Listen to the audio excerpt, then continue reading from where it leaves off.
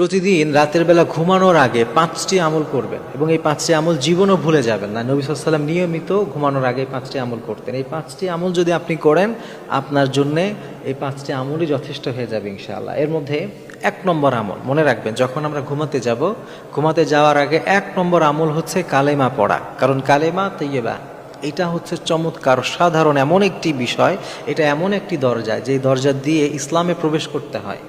এই জন্য এই কালেমার অনেক দাম। বিশ্বনবী হাদিসের মধ্যে কালেমার অনেক গুরুত্ব দিয়েছেন। এই জন্য যখনই আপনি ঘুমাতে যাবেন, ঘুমাতে যাওয়ার আগে আপনি যদি কালেমা পড়েন আর ওই রাতে যদি আপনার মৃত্যু হয়ে যায়, তাহলে আপনার জীবনের শেষ বাক্যটা হবে কালেমা। আর যার জীবনের শেষ বাক্য কালেমা হবে, রব্বুল আলামিন তাকে মাফ করে জান্নাতের দরজা তাকে দান করবে। সুবহানাল্লাহ। এই জন্যে আপনার 1 নম্বর কাজ হবে, যখনই আপনি ঘুমাবেন, ঘুমাতে যাওয়ার আগে অবশ্যই আপনি কালেমার আমলটা করবেন, কালেমা তাইয়্যিবা এটা পড়ে ফেলবেন। এরপরে 2 নম্বর হচ্ছে ঘুমাতে যাওয়ার আগের একটা দোয়া আছে, এই দোয়াটা পড়বেন, এটা 2 নম্বর। আর 3 নম্বরে আয়াতুল কুরসি, এইটা কখনো পড়তে ভুলে যাবেন না প্রিয় ভাইয়েরা। কারণ অনেকে আছে আমাদেরকে বলে, হুজুর রাতে ঘুমাতে যাই কিন্তু ঘুম আসে না, বাজে স্বপ্ন দেখে, অনেকেই খুব সামান্যতেই ঘুম ভেঙে যায়।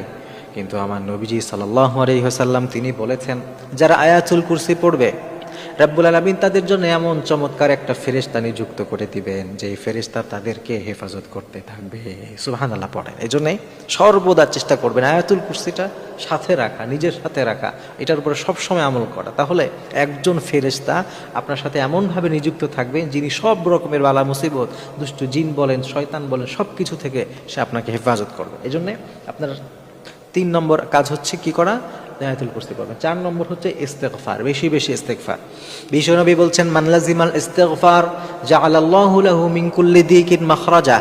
বিশ্বনবী বলছেন, ইস্তেগফারকে যারা আঁকড়ে ধরবে, রব্বুল আলামিন তার জন্য এমনভাবে সব কিছুর পথ করে দিবেন যেটা সে কখনো কল্পনাও করতে পারে না। সুবহানাল্লাহ পড়েন। তাহলে 4 নম্বর হচ্ছে ইস্তেগফার। এটার আমল বেশি বেশি করলে নবীজি বলছেন, সে যত বড় বিপদে পড়ুক, যত কিছুর মধ্যে সে পড়ুক, তাকে এমনভাবে আল্লাহ তাআলা হেফাজত করবেন, রাস্তা খুলে দিবেন, পথ বের করে দিবেন যেটা সে কখনো কল্পনা করে না। এজন্য প্রিয় ভাই, ইস্তেগফারের সাথে সবসময় থাকার চেষ্টা করার। 5 নম্বর হচ্ছে দুরুদ পড়া। একবার দুরুদ পড়লে 10 বার রহমত আসে, 10 বার স্তর তার বৃদ্ধি পেয়ে যায়।